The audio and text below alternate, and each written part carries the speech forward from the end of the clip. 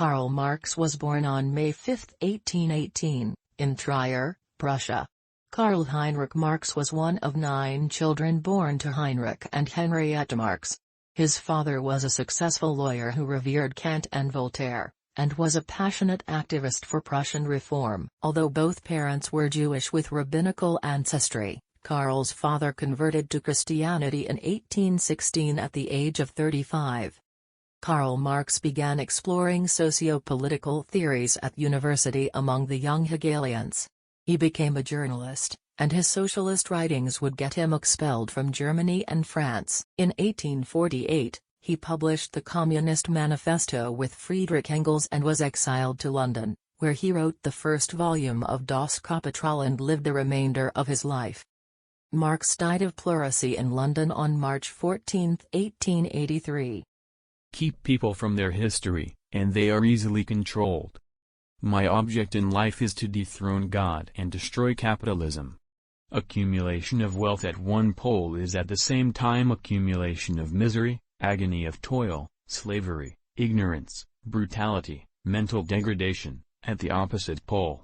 Surround yourself with people who make you happy. People who make you laugh, who help you when you're in need.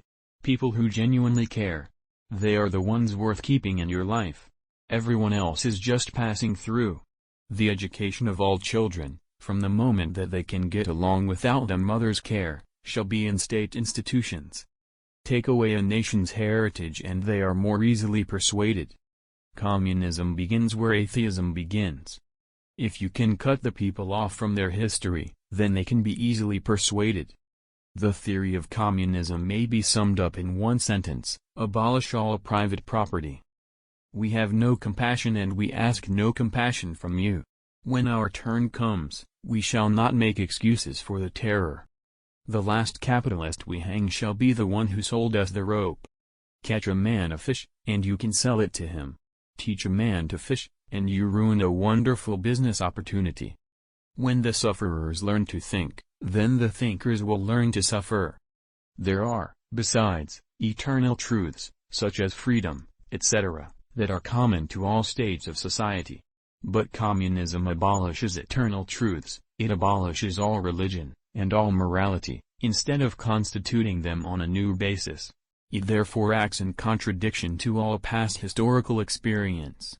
The meaning of peace is the absence of opposition to socialism. From each according to his abilities, to each according to his needs.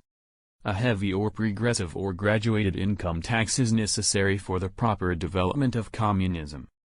The democratic concept of man is false, because it is Christian. The democratic concept holds that each man is a sovereign being. This is the illusion, dream, and postulate of Christianity. There must be something rotten in the very core of a social system which increases its wealth without diminishing its misery.